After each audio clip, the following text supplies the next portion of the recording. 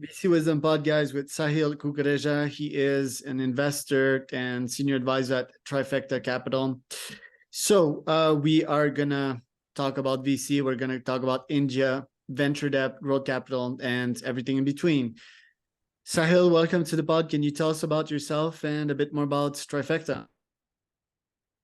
Oh, Charles, thanks for having me over the podcast. I work as a senior associate here at Trifecta Capital. Trifecta Capital is one of the leading venture capital fund in India. So we started with we pioneered the venture debt concept in India, and we are now on our third fund on the venture debt side, and we also have our growth equity fund on the equity side. And then we have our financial solutions vertical targeting the CFOs of the startup. The idea of Trifecta is that we are as a platform, we provide debt, equity, and we provide advisory solutions as well. I have been with Trifecta for 3 years, and before that, I have spent my life in consulting analytics. And last 6.5 years, I have been doing.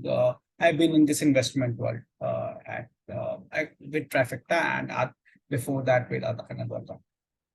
So what's hot and what's not in India?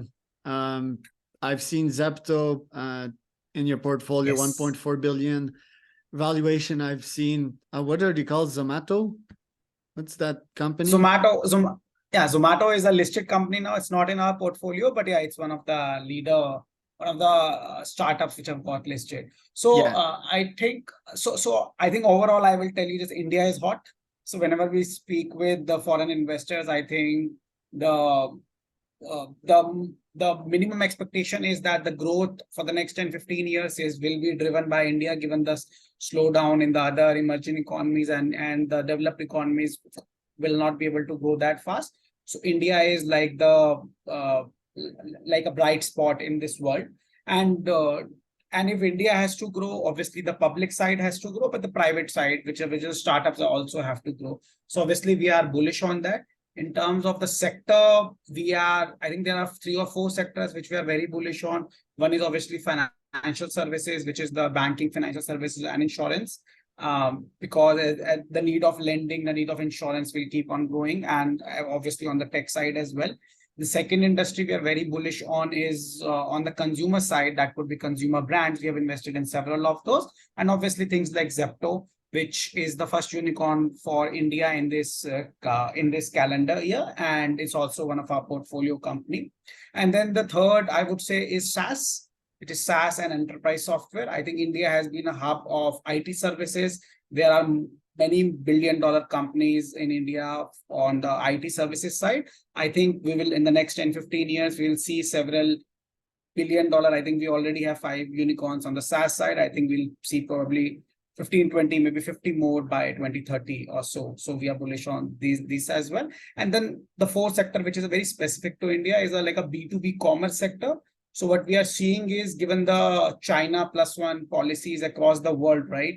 So many industries, many manufacturing have been setting up in India, be it chemicals, be it textiles, be it like steel manufacturing, fabrication. So all those startups have got a very, very good headwind where they're connecting the buyers in the West and the manufacturers in India, and making smoothen the journey out of it. So yeah, we are bullish on all these 4 sectors basically. So you raised invested 400 million in 101 startups. That's quite significant. Who is funding that? Who do you raise from principally? So actually the numbers have changed now. Now we have deployed about $650 million across 150 startups, and we have close to 20 unicorns out of this.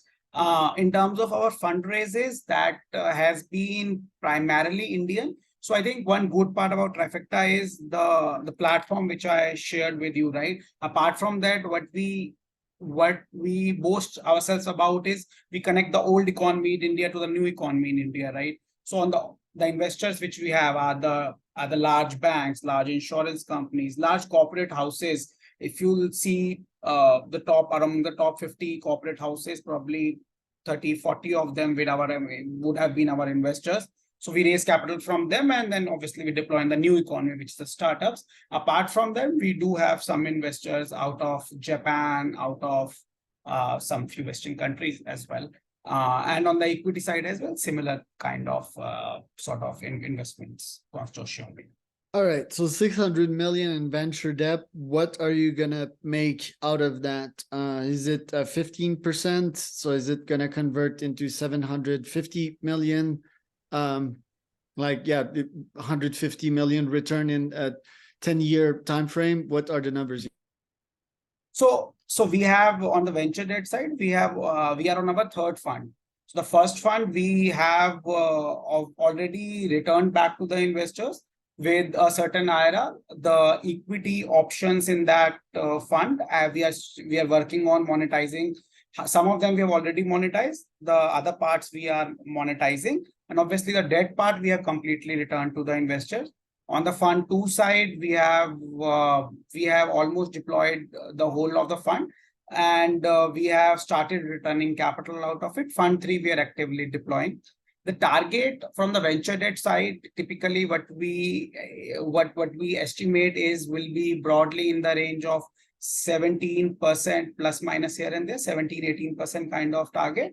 And we are confident that we should be able to achieve that across. Obviously, there is a vintage effect in all the funds because the funds which are raised in a scenario like today, right, where the valuations are really attractive, will probably have certain higher IRRs compared to other vintage funds and so on and so forth.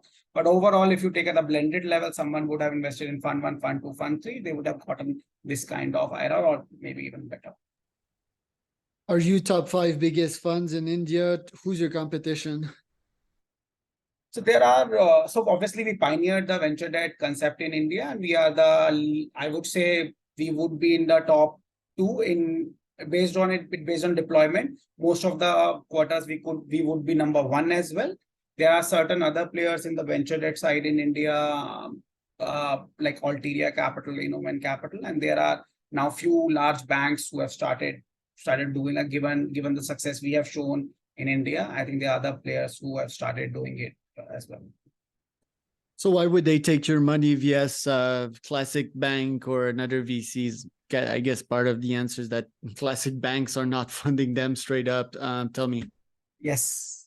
So obviously the banks, as I told you, like many banks are our LPs, our investors, right? So we work with them. See, what happens is in the earliest stage of the growth journey of a startup, let's say a series A, B, C, banks are a lot more conservative, right? So they lend, they can't, if the startup needs like a $10 million or a $20 million of capital, they can't provide that much.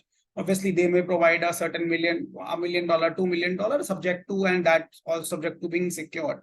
I think venture debt, you just can't look at it as a more of a lending. It's the lens is both as an investor and as a sort of how do you underwrite the downside, plus there's some upside also there, right? And so obviously banks have started doing it, but they come in a little later in the journey compared to the other competitors. Obviously, I think that's a question which obviously every VC fund will have to answer in whatever geography they are operating in. I think the idea is that I think what we are, Trifecta, as known as, if you will ask anyone in India, we are one of the most humble, most reasonable and most thoughtful sort of investors.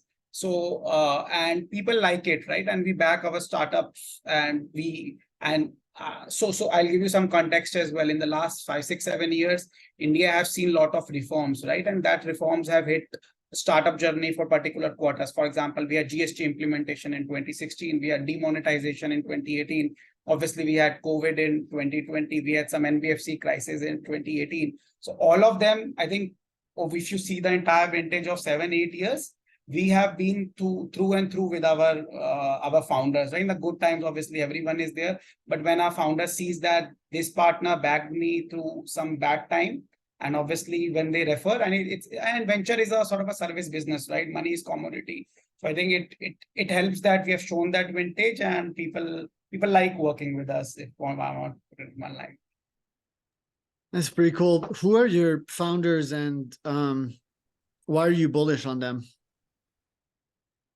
Very interesting question. So I think our founders are Rahul Khanna and Nilesh Kothari. So Rahul is one of the earliest venture capitalist in India. I think his track record speaks for him. He has a couple of companies which are private. His first investment was in 2005, right? And since then, couple of his investment rated companies have gone public, right? He has worked in several investment fund, including the latest one was Canon Partners, right? So after he sold that portfolio for Canon Partners India, he started Trifecta Capital with Nilesh. Nilesh has more background across Indian conglomerates, and the last role he was working in the investment team at Accenture globally, right? Doing M&As, large M&As for Accenture. So I think the bullishness comes from the part that obviously they have done a lot of in the Indian venture ecosystem. The way you hear about them, because when I was joining, right, I obviously did Seco on what are people saying about the founders, right, and the general partners. And obviously the feedback was really good, that they appreciate the talent and they give you a rope. It's not like you have to do this, right? It's like you are an investment professional, you have to take your own obligation. If you are doing an opportunity, if you are doing a deal, so it's on to you, right? So the kind of responsibility you feel, right, and that particularly helps. And obviously they have started this venture, that ecosystem in India, then the growth fund, and obviously making Trifecta as a platform. So I think all these things makes me bullish on Trifecta and the GPs as well. Love it. What about your startups? Who's your top three and why? Top three, right? Got it. So I think one you obviously mentioned Zepto. So Zepto, I think we are very bullish on. And so I think quick commerce, people had doubts, will it work, will it not work? I think US Instacart just filed their S1, so I was reading through that as well. Obviously, I think sometimes people say that Instacart works because the order value is such high. In India, the order value is so low, how it will going to work? I think the Zepto showed it, that obviously this can work if you work it. I think the good line by Adit, who is the founder, right? He is one of the youngest founder of a unicorn company in India. So his point is that there is no magic wand, right? It's basis point by basis point, how you build your retail business. So I think that we like about it. The team is fantastic there and the execution is sort of top notch. So one is that. Second company I would say we are very bullish on is ixigo. ixigo is a travel booking OTA platform, right? You can book your bus, train, or flight or hotel from their app. But the unique thing about them is there are other OTA players as well. ixigo is number 2 in India. And the differentiator there is they are targeting not just the top 50 million population, top 5 million, 10 million population, so guys like us, but they are targeting the fat India, sort of the middle India as well, right? Who travels on bus, who travels on train. And the way they have figured it out, so one issue in travel booking apps is the cost of acquisition is very high, right? So how they figured it out is in the app, you can do a lot of things. You can see the news, you can hear some music, you can see where the train is. If your train is tomorrow, is it delayed or not? Because that's a big issue in India. So they keep the users engaged, and they are the first port whenever someone has to book. So they have cracked the customer acquisition cost, and that's why they are growing very well and they are profitable, right? So it's not like they are burning money. So that's the second one, which I would say that I am very sort of bullish on. Then I think third one I would say is one company which is on the SaaS space is by the company by the, I would say two companies here on the SaaS space. One company is by the name of Narito. What they do is they are a CRM platform for colleges and universities when they are doing admissions, right? And you see a typical college would see, and in India, it's a big thing, right? If there are 1,000 seats, 10,000 people will apply, right? How do you manage the WhatsApp conversation, the phone conversation, the messages? They integrate all in one. They have more than 900 universities and colleges across India, and now they've started to going out a fantastic sort of SaaS product. So I think these three companies, I would say, and these are in different sectors. So I think we really like them. Obviously, there are several others, but these three just on top of the mind, which I feel are really good. let's keep it to this for today. Where can people find out more about you, Sahil? So I am available on Twitter, on LinkedIn. So you can reach out to me. You can just search Sahil Kukreja Trifecta. I think I would be there. All right, and I am Charles Cormier, your host. That was Sahil Kukreja.